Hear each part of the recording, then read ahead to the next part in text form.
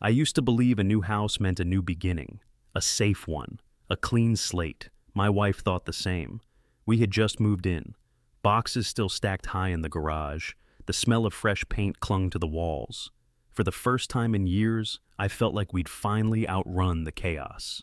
Then came the sound, a sharp screech, rubber clawing the asphalt, the stench of burning tires. A white SUV skidded to a stop right in front of my driveway. The license plate rattled, then dropped to the pavement with a metallic clink. The door swung open, and there she was, Karen. Her hair was a stiff platinum helmet, her face tight, jaw set. One hand clutched a clipboard like it was a badge of office, the other planted firmly on her hip. She stared at me as if I'd already broken 10 laws. "You don't belong here," she said, her voice flat but sharp enough to cut glass. "This property falls under HOA jurisdiction, and you," she jabbed the clipboard toward my chest, "you need to leave." I froze, not because I doubted myself, but because I knew she was lying.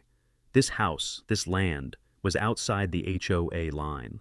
I double-checked, triple-checked, walked into the county office with a folder full of stamped records, but none of that mattered to Karen. My wife stepped onto the porch, towel in hand. Karen's voice dropped, low, but loud enough for the neighbors peeking through their curtains to hear.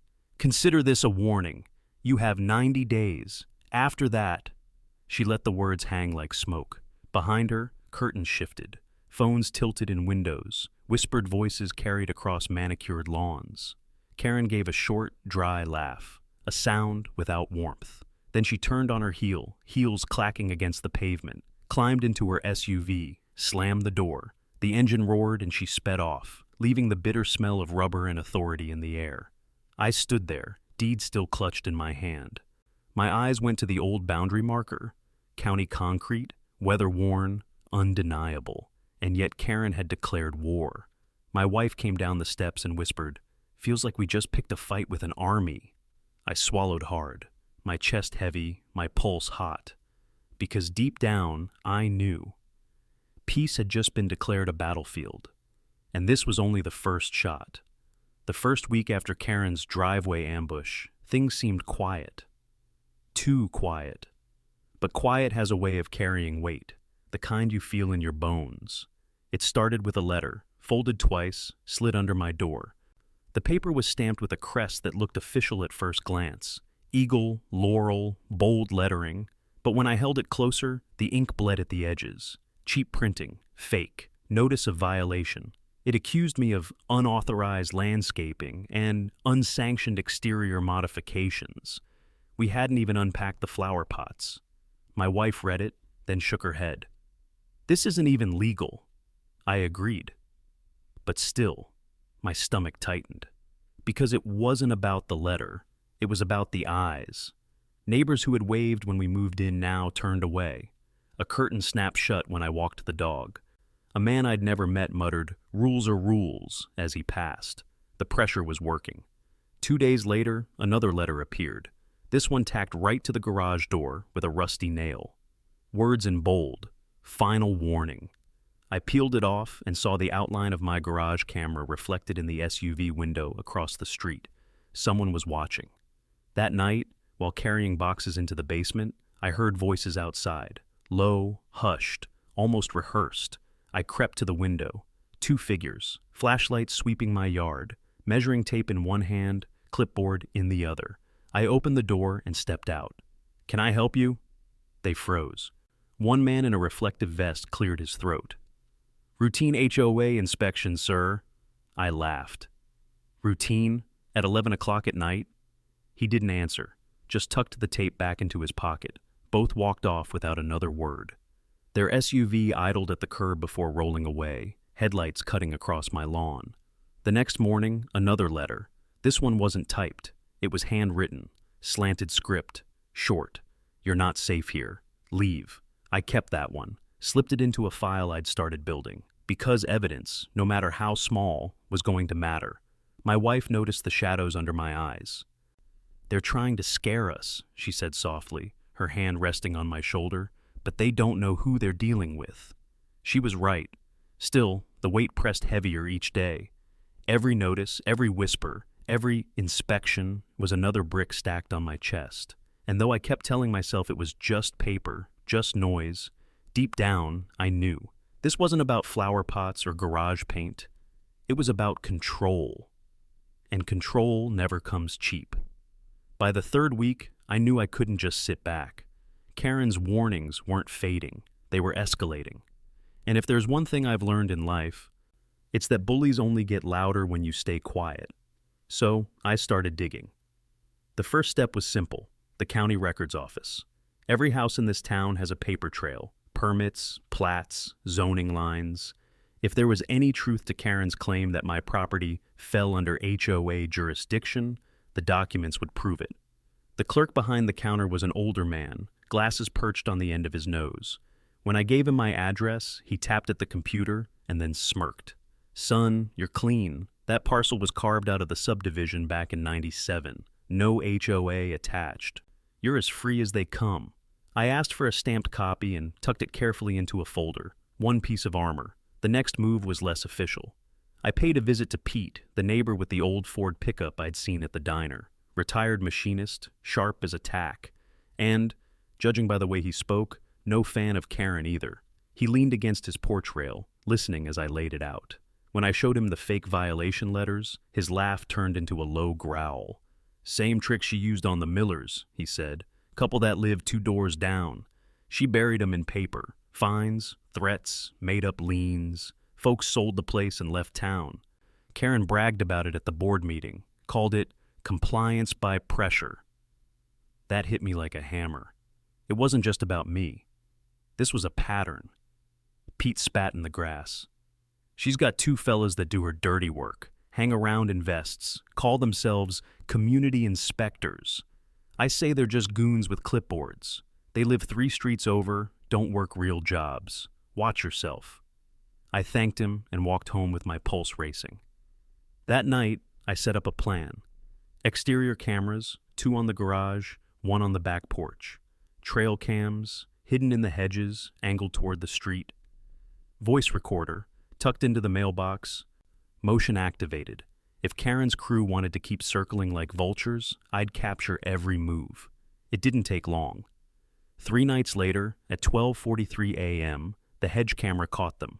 Same 2 figures Pete had warned me about. Reflective vests, flashlights slicing through the dark. One held a clipboard. The other knelt down, hammering a wooden stake into the edge of my lawn. I froze the frame and zoomed in.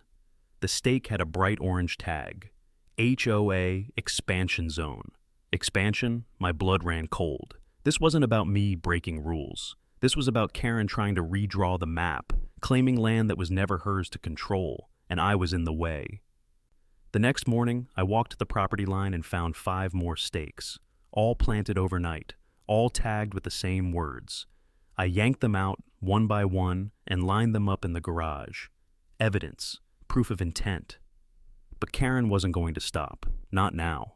Because once a person like her tastes power, they don't back down. They double down. And something told me the next move wouldn't just be paper or wooden stakes. It would be personal. The stakes in my garage weren't even cold before the harassment began in full force. It started subtle. A phone call, dead air, then a click. 2 hours later, another one.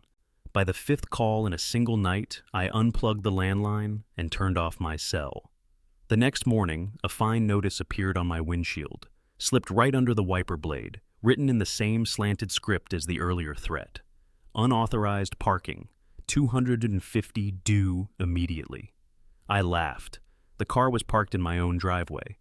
But that laugh had no joy in it, because it was clear they were watching, always watching.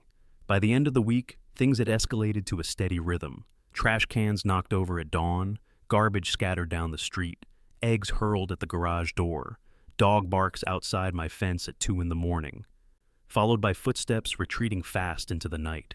Each act small enough to seem petty, but together, it was a siege. My wife tried to stay calm. "They're cowards," she whispered one evening as she wiped yolk from the siding. "They won't come face to face. They hide behind notes and shadows." I wanted to believe that, but deep down, I knew bullies escalate until they're stopped. The next move proved me right. It was a Saturday afternoon when I came home from the hardware store. My wife was standing in the yard, pale as a sheet, holding a folded piece of paper. "They left this on the porch," she said, handing it to me. The words were printed in bold black. "Leave now, last chance." And beneath it, a photograph. Our living room, taken through the window. My chest went tight, not just because someone had been close enough to photograph inside our home, but because in the frame, you could see my wife folding laundry, unaware she was being watched. That night, I didn't sleep. I sat in a chair by the window, shotgun across my lap, ears tuned to every creak of the floorboards. Max, our shepherd mix, lay at my feet, growling low whenever headlights passed on the street. At 2:14 a.m., movement. Two figures again, right at the edge of the yard. One raised something shiny, looked like a crowbar. I flipped on the floodlights. The yard exploded with white light. They bolted, sprinting for the SUV parked down the block. I lunged for the trail cam recorder, yanked the card out, and played it back. Clear as day, their faces. Grainy, but identifiable. Pete was right. The same two goons. The next morning, I walked to Pete's house, showed him the footage. He cursed under his breath. "That's Vince and Darren, Karen's lapdogs. They do her bidding, been doing it for years. You're not the first." I asked why no one had stopped them. Pete sighed. "Because folks are scared. Karen knows people's secrets, debts, affairs, mistakes. She uses it. Blackmail's her real weapon. You think those two are acting out of loyalty? Nah, they owe her. They're trapped." It all made sense. The silence from the neighbors, the whispers, the way no one dared speak her name above a murmur. Karen wasn't just running an HOA, she was running a little empire of fear. That evening, as I reviewed the footage again, my wife leaned over my shoulder. "So, what's our move?" I looked at the stakes lined against the garage wall, the fake fines stacked on my desk, the photograph of our living room. "This ends now," I said. "But we're not going to fight on her terms. We're going to expose her." For the first time in weeks, I saw relief in my wife's eyes. And maybe a little pride too, because fear only wins when you let it. And I was done letting it. By Monday morning, my gut had shifted from fear to resolve. Fear only paralyzes a man if he lets it, but if you can channel it, turn it into purpose, it sharpens you like a blade. I started small. The trail cam footage of Vince and Darren went straight onto 2 thumb drives, one for safekeeping in the lockbox, one slipped to Pete. If Karen's crew tried to claim I was making things up, we'd have proof locked and loaded. Next came the paper trail. Every note, every fine, every scrap of so-called HOA paperwork went into a binder with plastic sleeves. My wife insisted on adding sticky tabs, color-coded for categories: trespass, threats, surveillance. She'd done admin work for the county once, and when it came to organizing evidence, she was a machine. "They think intimidation is power," she said, sliding another tab into place. "But paper tells the truth. Always has." That afternoon, Pete called me over. He had a shoebox on his kitchen table. "Kept this for years," he muttered. "Couldn't bring myself to throw it out." Inside, copies of meeting minutes, odd slips of receipts, notes scribbled by his late wife, and then, buried at the bottom, a USB drive in a cracked plastic case. "Where'd this come from?" I asked. "Old Jim across the way." Before he passed, he shoved it into my hand and said, "Don't trust Karen. Someday you'll need this." Pete rubbed his jaw. "I didn't understand then, but maybe you will." That night, my wife and I plugged the USB into an old laptop we didn't use for anything important. What we found made the blood run cold. Spreadsheets, dozens of them, labeled with addresses, lot numbers, notes about future expansion. Whole streets marked red with the word remove. Our house? Bright red. Final holdout. Beside it, a date, 90 days. "This is a blueprint," my wife whispered, "a plan to push out anyone who won't bend." And there, at the bottom of the file, was a name in bold letters: Marcus. Whoever Marcus was, he wasn't just a neighbor. The notes hinted at funding secured, legal greasing, and campaign support. This was bigger than Karen's temper. It was a pipeline. The next step was obvious. We needed corroboration. So I took a quiet trip to the county clerk's office. The clerk on duty was young, maybe to mid-20s, bored out of his mind. I asked for property boundary records, deed history. He tapped at his keyboard, then frowned. "That's odd," he said. "Looks like a request to change your parcel's designation was filed 6 months ago, still pending in the system." My pulse kicked up. "Who filed it?" He squinted. "Can't say. It just shows initials, J.L." I kept my face calm, thanked him, and walked out. But inside, it felt like someone had kicked open a door. Karen wasn't just waving clipboards around. She'd already tried to move the legal lines. That evening, as the sun bled orange over the rooftops, I set up my camera system. 4 corners of the house, wide-angle lenses, night vision, every feed recording straight to the cloud. Karen wanted shadows? Fine, I'd flood this place with light. Sure enough, the very next night the cameras caught Darren creeping near the pool pump. He crouched, fiddled with something, then darted away when Max barked. The next morning, the water smelled sharp, like bleach but harsher. My wife wrinkled her nose. "That's not chlorine, that's something else." I drove straight to the pool supply store, showed the clerk a water sample. He sniffed, frowned, and went to the back. Came back with a slip of paper. "Yeah, that's trichlor with an additive. But here's the kicker. Last week somebody bought 6 jugs with a prepaid card, same batch number." My eyes narrowed. "Any cameras in this place?" He smirked. "Always." By the end of the day, I had stills, grainy but good enough. Karen, sunglasses on, shoving jugs of chemicals into her trunk. The binder was filling fast. That night, my wife leaned against me, whispering, "You realize, once we show this, there's no going back. She won't just scream, she'll explode." I kissed her forehead, then let her, because the louder she explodes, the more people will see the truth. And for the first time since this mess started, I felt something shift. Not fear, not dread, control. Because bullies thrive in silence. And we were about to turn up the volume. The community center smelled of burnt coffee and floor wax. Folding chairs scraped the linoleum as neighbors shuffled in, whispering like parishioners before a sermon. At the front of the room, a projector screen glowed blue, waiting. And at the center, Karen, clipboard clutched tight, chin high, her blonde helmet of hair sprayed into immovable defiance. "This is a mandatory meeting," she announced, voice sharp enough to cut glass. "Attendance is required. Non-compliance will result in fines." I heard a few groans from the crowd, but no one dared speak. People had lived too long under her rule. Fear still weighed heavy in the room. Not for me, not anymore. I stood, binder in hand, and cleared my throat. "Before you begin, Karen, I'd like to share something." Her eyes narrowed. "This is my meeting. You don't have the floor." My lawyer, seated beside me, rose, calm, composed. "Actually, by state statute, any homeowner has the right to present material at an open HOA meeting. He has the floor." Karen's lips pinched, but she gestured stiffly, as if daring me. "Fine. Amuse us." I walked to the front, plugged in a small USB stick, and the projector flickered to life. On the screen, the first image. A freeze frame from my security camera. 2 men, Vince and Darren, crouched by my pool pump, one holding a jug of chemicals. Gasps rippled across the room. "That," I said evenly, "was taken at 2:14 a.m. in my backyard. Trespassing, tampering." The next slide, a receipt from the pool store, batch numbers, a still shot from the store's camera, Karen herself, loading chemicals into her trunk. Purchased by prepaid card, same day, same chemical, same person. Now the murmurs grew louder. Neighbors shifted in their seats, exchanging glances. Karen crossed her arms. "This proves nothing. Anyone could—" I clicked again. The spreadsheet appeared.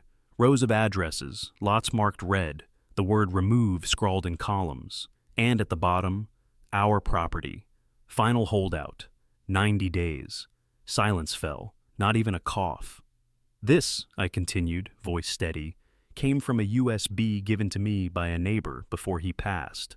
It shows Karen's long-term plan to clear properties for development. Families here weren't just paying dues. You were being lined up for removal. One by one." Karen's face flushed crimson. "Lies! Forged! None of this is admissible." My lawyer tapped a folder. "The county clerk's log shows someone attempted Tempted to reclassify my client's parcel 6 months ago. Initials JL. The metadata matches the timestamps on this spreadsheet.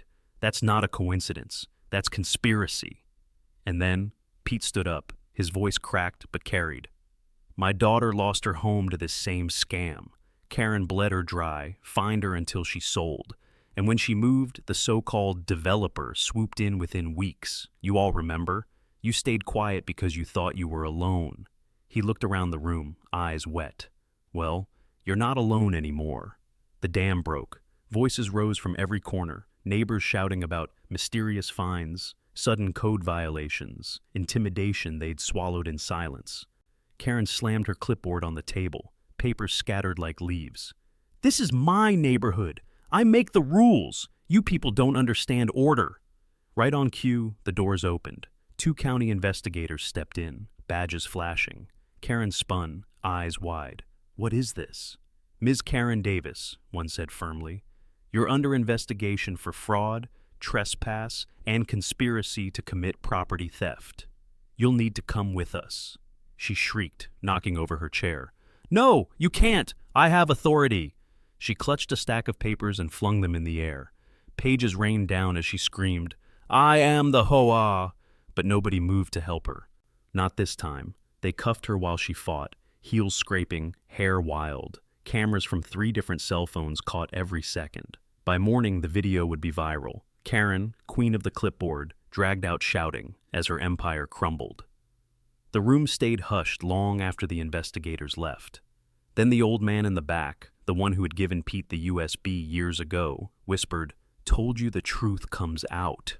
A ripple of nods followed. Shoulders relaxed. For the first time, you could feel it. The fear had broken. I turned to my wife. She squeezed my hand. It's over. But I shook my head. For her, maybe. But not for whoever she was working for. Someone bankrolled this. Someone named Marcus. And as the neighbors gathered, talking now in voices filled with relief instead of fear, I knew this wasn't the final battle. It was just the end of Karen's chapter. The morning after the meeting, the neighborhood felt different. The air itself seemed lighter. For the first time since we'd moved in, people waved as we passed, hesitant but genuine, like prisoners stepping into sunlight after a long lock-in. Karen's arrest had cracked the shell of silence wide open, but victory was short-lived. By Tuesday, the HOA's official website vanished. Gone. A blank page where dues, meeting notes, and community guidelines used to sit. The treasurer and secretary resigned in a single email blast, both citing personal reasons. Cowards. They knew the ship was sinking and jumped. That's when my lawyer called. His voice was low, measured. We have a bigger problem. The county clerk's office flagged the attempted rezoning on your property. It was filed under initials JL, but the sponsoring name attached to the deeper record is Marcus. Marcus who? I asked. There was a pause. Marcus Talbot, director of the Regional Land Development Fund. The same fund that, incidentally, donated heavily to Karen's re-election as HOA chair 2 years ago. My stomach dropped. This wasn't just neighborhood politics. This was money. Big money. That evening, Pete and I sat on his porch, watching the street lamps flicker on. He rubbed his temples. Talbot's been sniffing around this county for years, puts on a smile about community revitalization. Truth is, he sees houses as chips on a poker table. People are just in the way. He nodded at me. Karen was his bulldog, but bulldogs can be replaced. Sure enough, replacement came fast. 2 days later, glossy mailers hit every mailbox. A smiling man in a blue blazer, Tom Reynolds, interim HOA president, promising a new era of transparency and community spirit. I almost laughed. They thought we were that gullible, but then the real hammer fell. Friday afternoon, a certified letter arrived. Inside was a notice of compliance failure signed by Reynolds himself, demanding we remove our unauthorized fencing or face $500 per week in escalating fines. The kicker? The fence in question was a county-installed boundary marker, proof our home was outside the HOA entirely. This wasn't incompetence, it was arrogance. That night, as I organized the binder for a second round of evidence, my wife leaned over. They're daring us. They think we'll get tired, pack up, sell. I shook my head. They miscalculated. We're not leaving. We're digging deeper. And digging paid off. Pete's old shoebox had more than just the USB. Tucked beneath the receipts was a small notebook, its cover cracked and faded. Inside, scribbles, phone numbers, notes about meetings. One page stopped me cold. Talbot. Marcus, meeting HOA Karen. Plan, expansion PH 2. Deadline, end of quarter. It wasn't just a name now, it was a connection. The following week, Pete introduced me to a retired cop named Harris. He'd once been on Karen's so-called security committee before she cut him loose. Harris still had a folder, copies of incident reports he'd been pressured to falsify, and tucked inside that folder was a jewel, a recorded voicemail Karen had left him months earlier, her voice sharp and hissing. Marcus says the last holdouts need to go. If they won't comply, make it happen, quietly. Hearing her say his name out loud sent a chill through me. This wasn't paranoia, it was conspiracy, captured in her own words. We took it straight to my lawyer. His eyes widened. This is gold. It ties Talbot directly. You need to keep this safe. Multiple copies, chain of custody. That weekend, the pressure ratcheted again. First, my mailbox was pried open, mail scattered across the curb. Then, late Sunday night, a black SUV idled at the end of our driveway for nearly 10 minutes. No headlights, just a silent warning. Max growled low in his throat. My wife whispered, "They're watching." I nodded. Let them. Every second is on camera now. Monday morning, the binder, the USB, the voicemail, and the clerk's logs went into a sealed envelope addressed to the state attorney's office, hand-delivered with receipt. By Tuesday, Karen was old news, but Marcus Talbot, his name started leaking. Whispers in the county office, a reporter sniffing around, the kind of attention men like him hate most. That night, Pete raised a glass on his porch. You shook the tree, son. Now let's see what falls out. I looked down the street at the neighbors laughing, finally free of Karen's shadow. For the first time, I let myself breathe, but I knew better than to believe it was over. Bullies come and go, but money, the kind Talbot wielded, that doesn't vanish. It burrows. It waits. And the next round was coming. I could feel it in the quiet. The night it happened, the air was so still you could hear a dog bark from 3 streets over. I'd gone to bed late, binder of evidence locked in the safe, cameras checked twice.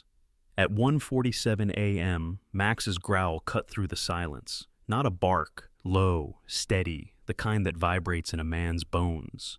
I slipped from bed, pulled the shotgun from the closet, and crept toward the living room window. Floodlights snapped on, triggered by motion. 2 figures froze in the glare, halfway across the yard. One carried a crowbar, the other a clipboard. Yes, a clipboard. The taller one stepped forward, raising a hand as if we were having a civil conversation on a sunny afternoon.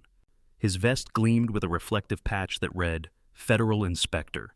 "You're in violation of federal code," he called, voice muffled behind a scarf.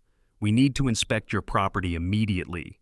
I almost laughed. Federal Inspector. At 2 a.m, carrying a crowbar. I opened the window just enough for my voice to carry. "You picked the wrong house.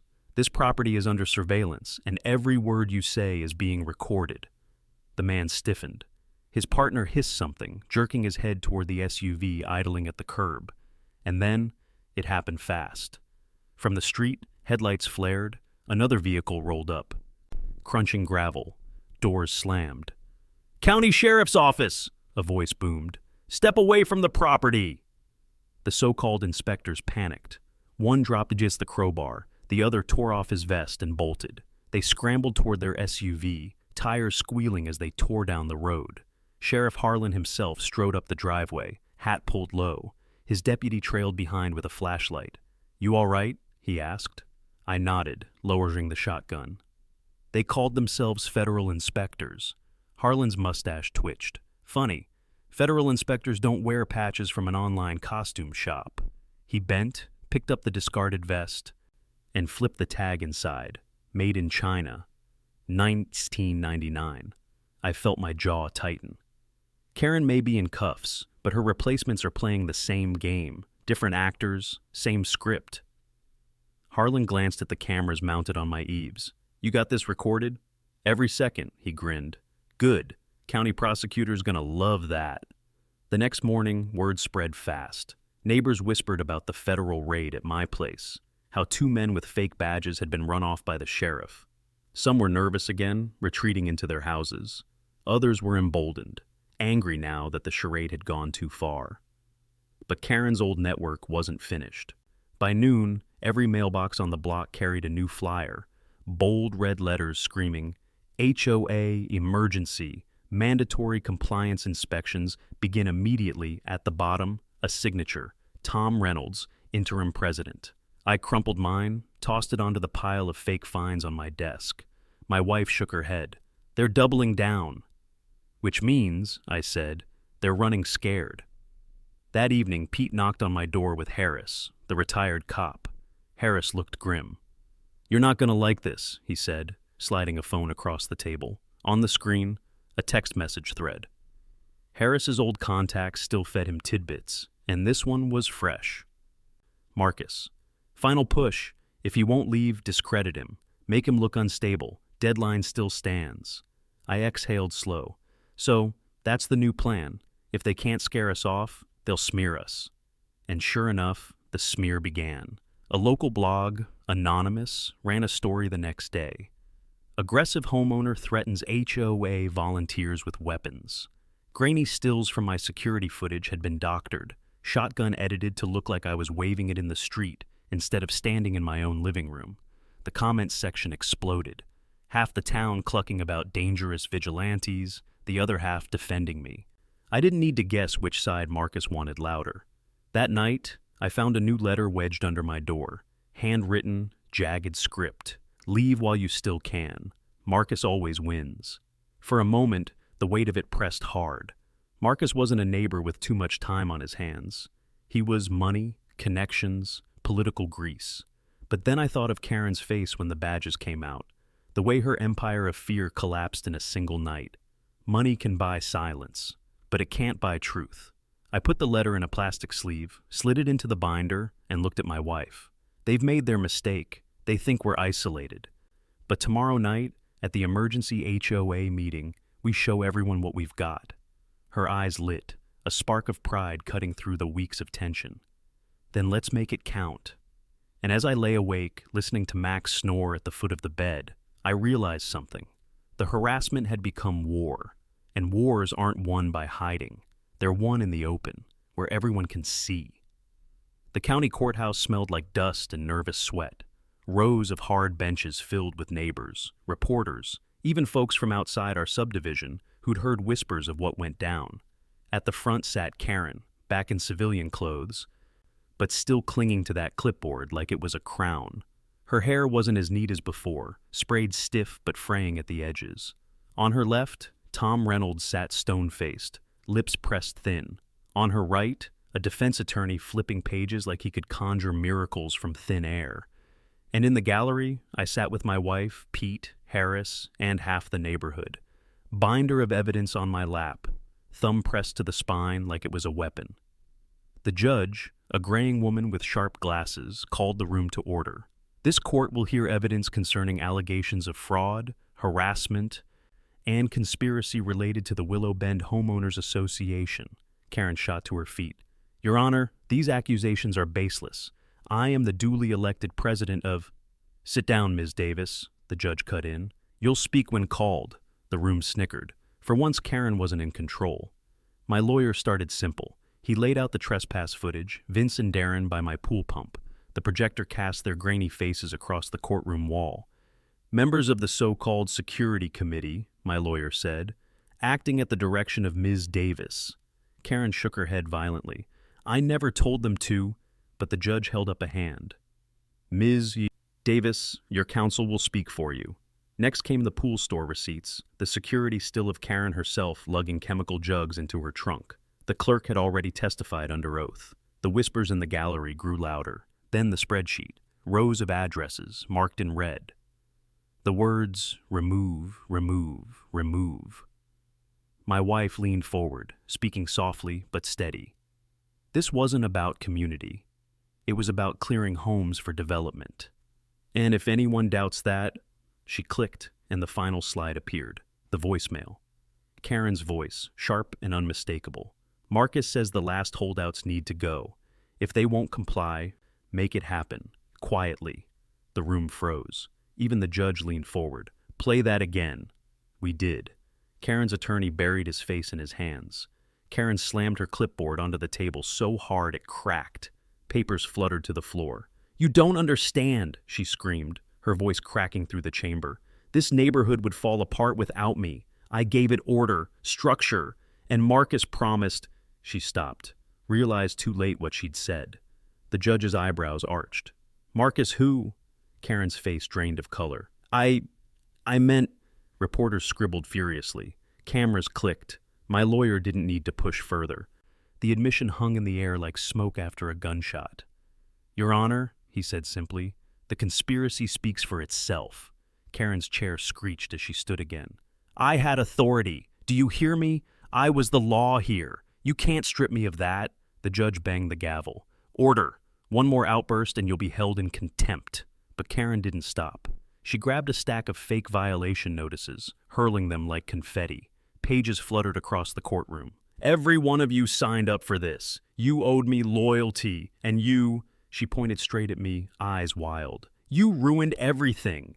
The bailiffs closed in. She fought, kicking, shouting, clipboard swinging like a weapon until it snapped clean in two. Marcus will bury you all, she shrieked as they dragged her from the courtroom. You think this ends with me? You have no idea what's coming. The door slammed behind her. The silence that followed was thunderous. The judge straightened her glasses. This court finds sufficient grounds to refer these matters for criminal prosecution and orders immediate injunctions halting all HOA activities under Ms. Davis's leadership. Furthermore, the court recognizes the plaintiff's property as outside HOA jurisdiction, permanently exempt from its authority. A gasp rippled through the room. Then, applause, real applause, echoing against the chamber walls. Neighbors clapped, some even cheered. Pete wiped a tear from his cheek. Harris leaned close and muttered, Never thought I'd live to see her clipped. The judge banged the gavel again. Order! This isn't a circus. But even she couldn't hide the faint smile tugging at her lips. Outside the courthouse, the press swarmed, cameras shoved in faces, microphones jabbed. How long has this been going on? Do you believe Marcus Talbot is involved? I said little, just one line. All we ever wanted was to live in peace, but peace requires truth, and the truth is finally out. That night, the neighborhood was quiet for the first time in months. No late-night footsteps, no dead-air phone calls, just the hum of cicadas and the steady breath of freedom. My wife and I sat on the porch with Max at our feet. Pete ambled over, raising a bottle of root beer. To survival, he said. We clinked bottles, but even as we laughed, I couldn't shake Karen's final scream from my ears. Marcus will bury you all, because bullies collapse fast, but the men who bankroll them, they play the long game. And I had the sinking feeling Marcus Talbot's game wasn't over, not by a long shot. For a while after the verdict, the neighborhood sounded different. No more late-night idling, no frantic whispers at the curb, no inspections after dark. Just crickets and sprinklers, porch lights and low laughter, the way a street should sound when people finally remember their neighbors, not informants. The county sent a crew the following week. They unbolted the HOA sign at the entrance. Weathered wood, gold lettering dulled by years of fear. It came down with a splintery groan. Folks clapped without meaning to. Someone whistled. Pete saluted the empty posts like a veteran burying a bad memory. The new boundary markers arrived the same day. Fresh concrete, clean stamps, coordinates etched so deep a century's rain wouldn't wash them out. I ran my fingers over the numbers. Cold, solid, undeniable. Looks permanent, my wife said. It is, I told her, on paper and where it counts. Karen's name disappeared from the leadership page, then from the meeting minutes, then from the gossip. That's how towns bury a tyrant, not by statues or speeches, but by forgetting they ever mattered. When folks spoke of her at all, it was in a lowered voice, like a story you tell children to make them lock doors. The county prosecutor filed charges: fraud, trespass, conspiracy. Tom Reynolds made a tight-lipped deal and resigned for health reasons. Vince and Darren pled to lesser counts. community service in orange vests, heads down by the highway, two shadows in full sun. Harris shook his head when we drove by. "Cowards," he said, "but cowards useful to justice for once." The binder, our thick tabbed record of paper and truth, went into the safe. My wife labeled the spine. Willow Bend, case closed. We got a check in the mail. "Restitution," the letter read. Not enough to erase months of knots in the stomach, but enough to replace the front door and the stained garage paint, and to put a sturdy fence around the pool. Max approves of the fence. He patrols it like a soldier, finally given a wall to guard. Neighbors started stopping by again. A pie on the porch, a folded note, "I'm sorry I stayed quiet." A handshake that lingered a second too long, an apology buried in the grip. People who had lived under a clipboard will study your face after the storm, trying to decide if you blame them for the rain. I didn't. Not anymore. Fear makes poor citizens of us all. Truth makes us neighbors again. We had a small gathering under the oak. Potluck, kids with popsicles, the kind of ordinary that feels like a luxury after a siege. Harris brought a portable screen and, by request, played the county clip of the old sign coming down. Folks cheered a second time. Pete toasted with root beer. "To lines that stay put," he said, "and to people who do, too." As the sun sank, my wife squeezed my hand. "We won," she said, not a question. "We did," I answered, not a boast, but nights are honest things. They don't flatter. And later, when the porch was quiet and Max snored by the rail, a darker thought slid in beside the peace. Karen had screamed a promise on her way out. "Marcus will bury you all. Karen is in the past. Marcus belongs to the future." A week later, proof arrived. Not a threat. Worse. A smile. A letter on expensive paper, embossed with a tasteful logo.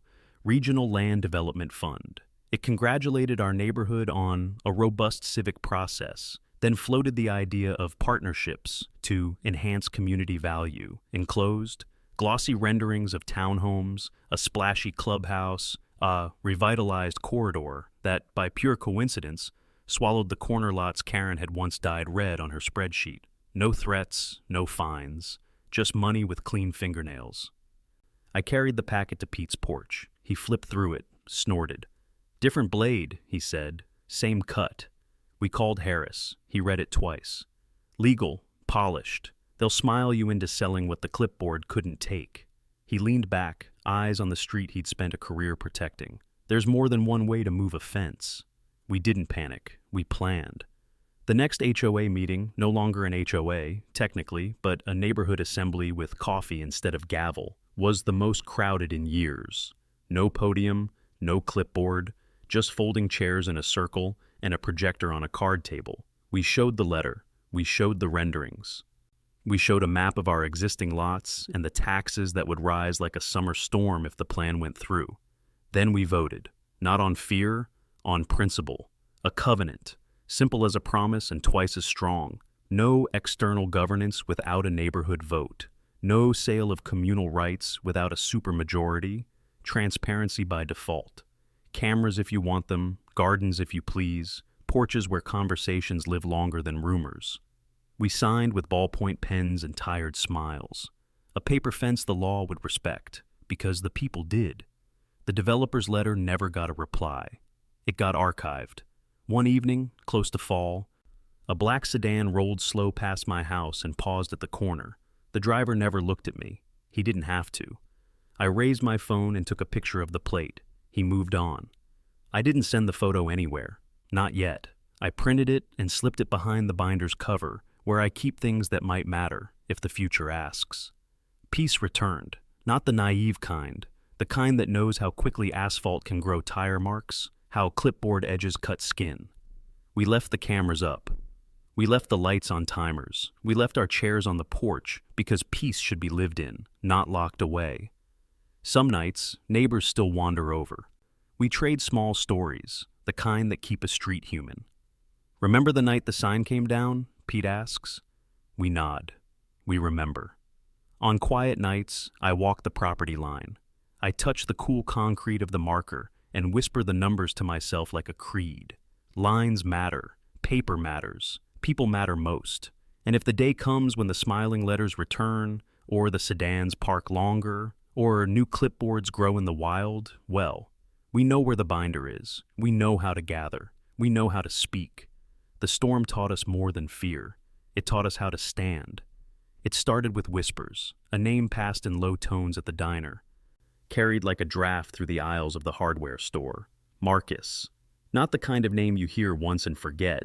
This one clung, like smoke in a closed room. We didn't see him right away. We felt him. First, the realtor postcards. Too slick, too frequent. A smiling family in front of model homes, printed on glossy stock thicker than the county's budget report.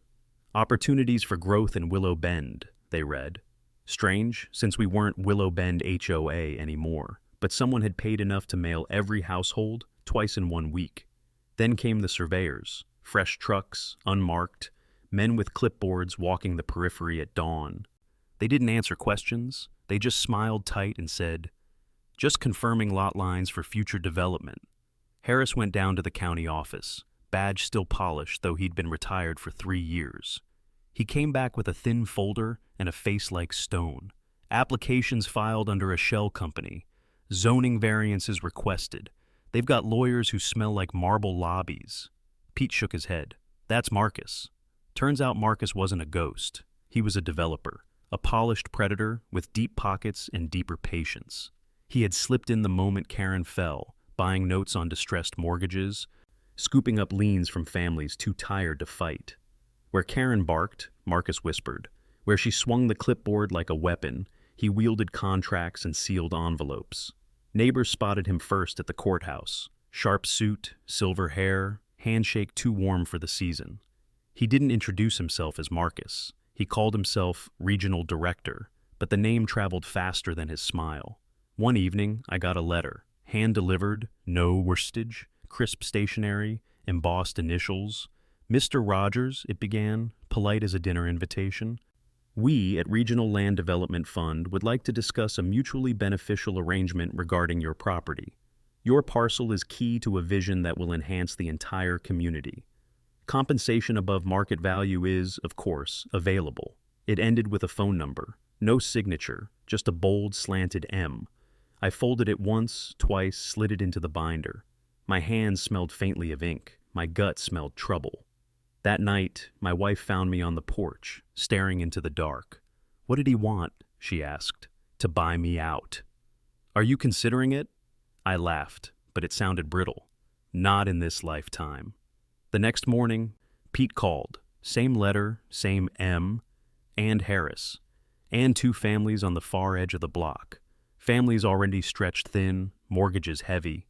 Temptation wrapped in linen paper. By week's end, 4 houses had "for sale" signs. Not the cheap plastic kind, the heavy ones, anchored deep. Marcus wasn't Karen. He wouldn't scream. He wouldn't storm my lawn with phony enforcers. No, he'd wait. He'd offer smiles, checks, promises. He'd hollow us out one deed at a time. I sat with the binder on my lap, the weight of it pressing into my knees. Evidence had beaten Karen. Would it be enough against Marcus? Because Marcus wasn't breaking rules. He was rewriting them, and this time, the battle wasn't over fences. It was over futures. The flyer showed up on every doorstep. No envelope, no return address, just a folded half sheet tucked under welcome mats and wedged in mailboxes. Community Vision Forum, this Thursday, 7 p.m., Willow Bend Community Center, refreshments provided. It looked harmless enough, but Harris spotted the fine print at the bottom, sponsored by Regional Land Development Fund. Marcus had made his move. We gathered anyway. Curiosity, fear, stubborn pride, it pulled us there like moths. The community center smelled faintly of coffee and floor wax. The folding chairs squeaked as we sat. Neighbors who hadn't spoken in months now whispered side by side. The stage lights hummed, and then he appeared. Marcus. Silver hair combed just so, suit sharp enough to cut glass. He carried no clipboard, no binders, just a single folder, thin as a blade. His smile spread wide, practiced, too white under the fluorescence. Ladies and gentlemen, he began, voice warm, deep, unhurried. I come not as an outsider, but as a neighbor. I believe in Willow Bend. I believe in what it can be. He clicked a remote, and the screen behind him lit up. Renderings of parks, playgrounds, sparkling fountains. Families in stock photo perfection laughed across manicured lawns. The slideshow glowed like a promise. He spoke of enhancement, revitalization, opportunity. He painted dreams in broad strokes: new shops, better schools, rising property values.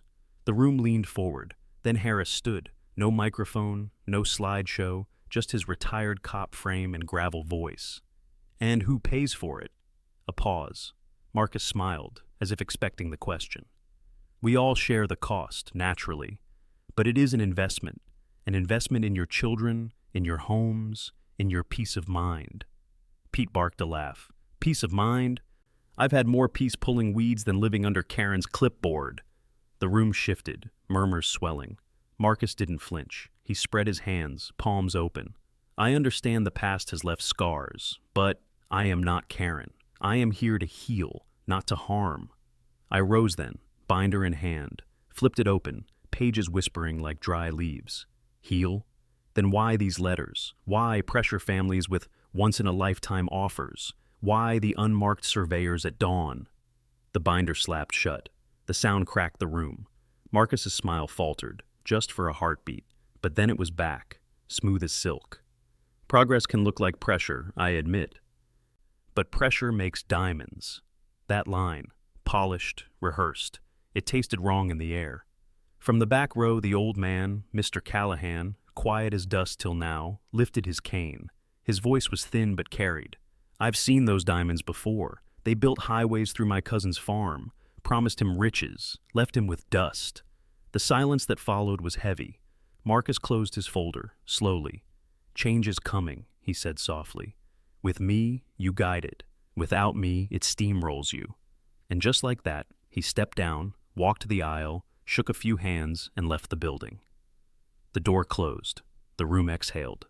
We weren't fooled. Not anymore. But one truth clung to us, heavier than the smell of coffee in that hall. Marcus wasn't asking. He was warning. The morning after Marcus's vision forum, the neighborhood buzzed like a stirred-up hive. Some folks were dazzled by the glossy slides and honeyed promises. Others, like me, tasted the poison underneath. Harris showed up at my porch first, still in his faded sheriff's jacket, coffee steaming in a paper cup.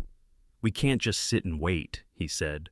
"Marcus is playing chess. Time we start playing back." We spread papers across my kitchen table. Deed copies, survey maps, screenshots of altered records. The binder from last night sat in the middle like a loaded weapon.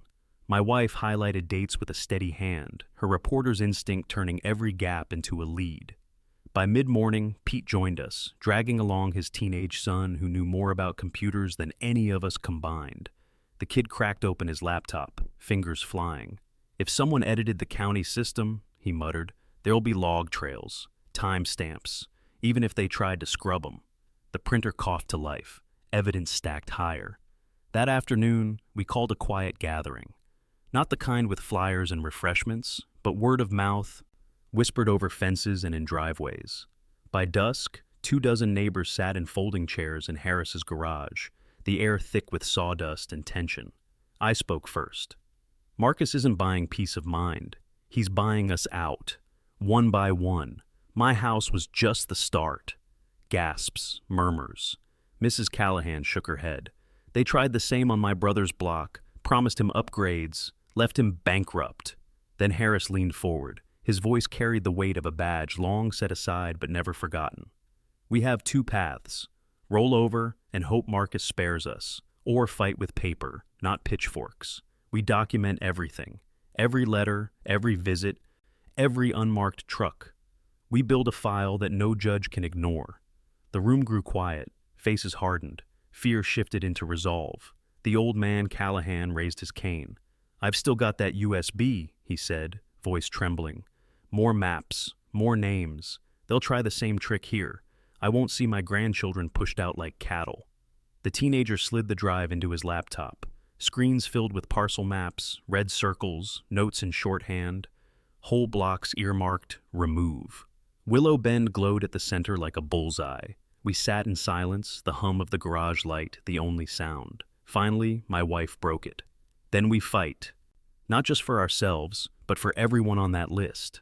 Nods around the room. Pete clenched his fists. So, how do we hit back? I looked at Harris. He nodded once. Next week, he said, we file for a temporary restraining order, and we bring every scrap of evidence to the county investigator. If Marcus wants to play shadow games, fine. We'll drag him into the light. The plan was set. But as we broke up that night, I couldn't shake the chill. Because men like Marcus didn't wait politely for paperwork. And I had a sinking feeling his countermove was already on the way. It began with the lights.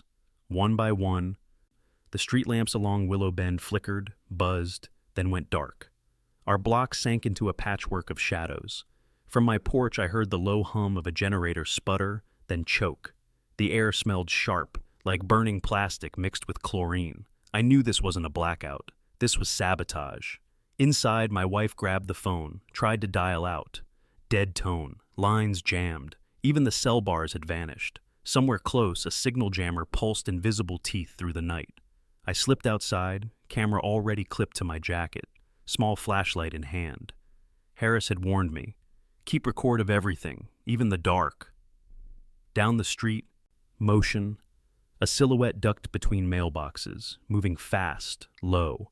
I crouched behind the oak by my driveway, heart hammering against bark. Then, the crack of glass. My neighbor's porch light exploded in a shower of sparks. The figure jerked, startled, tripped on the garden hose. He went sprawling across the gravel. That's when I saw it. The sleeve of his jacket rode up, and the flashlight beam caught ink. Dark lines coiled around his forearm. A serpent, fangs bared, the same tattoo I'd glimpsed weeks earlier in one of Karen's security committee. He scrambled up, limping now, and bolted toward the cul-de-sac. My camera caught the license plate as a black pickup roared to life, tires spitting stones. I stayed low, recorded every second. Behind me, Harris's voice barked from the shadows. "Get inside!" He emerged, revolver holstered but hand ready. His flashlight beam sliced the night, chasing the retreating truck. We regrouped in my kitchen, the smell of scorched wiring still clinging to my jacket. Pete rushed in minutes later, pale. Pool pump's been tampered with. Someone dumped chemicals. Water smells like a bleach factory. My wife laid the receipts on the counter, the ones she'd traced earlier. Prepaid cards, bulk chemical purchases. Karen's pattern written in ink and numbers. "This isn't random," she said, her voice flat, steady. "It's a campaign. She's softening us up before Marcus makes his next move." The old man, Callahan, arrived last, cane tapping like a slow clock. He glanced at the evidence spread across the table, then at the dead phones. They think fear makes neighbors scatter, but fear makes folks like us dig in. Harris nodded. "We've got the plate. We've got the tattoo. That's enough for a warrant." He pulled out his notebook, the same kind he'd carried on patrol years ago. "Tomorrow morning, we walk this into the county office. No delays, no more whispers. We put it in the record." The room went still. We all knew the truth. Marcus had fired his shot, but he had also slipped. That tattoo, that license plate, that chemical trail. Every move left a mark, and we were finally ready to follow the marks back to the source. The town hall overflowed. Folding chairs scraped the tile. Neighbors pressed shoulder to shoulder, voices low, restless. This was no vision forum. This was the reckoning. At the front sat the county investigator, flanked by 2 deputies.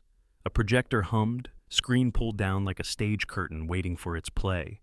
Harris stood near the aisle, arms crossed, that old sheriff's steel in his stance. Karen arrived first, storming in with her clipboard clutched tight, lips drawn in a thin line. Behind her came Marcus, polished as ever, his smile sharp and false. The room bristled. The investigator spoke. "We're here to review evidence concerning alleged boundary tampering, fraudulent HOA practices, and attempted property acquisition." That word, fraudulent, hung in the air like smoke. I stepped forward with my binder. My wife clicked the remote. The first slide appeared, a deed, time-stamped clear, coordinates glowing. "My house stands outside Willow Bend HOA. Always has." Karen barked a laugh. "Fake. All fake." She slammed her clipboard on the table. "I filed the expansion 6 months ago. The database is simply slow to update." The investigator nodded once. We checked. No expansion approved. And we know your login was used at 2:14 a.m. to alter entries. The screen lit up with the log. Username, timestamp, IP address. The room gasped. Karen's face flushed red. She jabbed a finger toward me. You don't understand. Without expansion, without control, this neighborhood falls apart. Her voice cracked, paper rattling in her grip. Then came the footage. The black pickup tearing down the street, the tattooed arm caught in the flashlight beam. Harris paused the frame. The serpent glared back at us. That's your man, Karen, he said. The same committee thug you called security. Murmurs swelled, neighbors shifting in their seats, some shaking their heads, some whispering curses. And then the receipts appeared. Chlorine, shock treatments, prepaid cards. My wife's voice steady as she laid them down. Purchased under aliases tied to Karen's address. A campaign of sabotage. The investigator turned, slow, deliberate. And Marcus? All eyes fell on him. I pulled out the final piece. The USB drive Callahan had guarded like treasure. On screen, parcel maps, red circles, notes in Marcus's hand.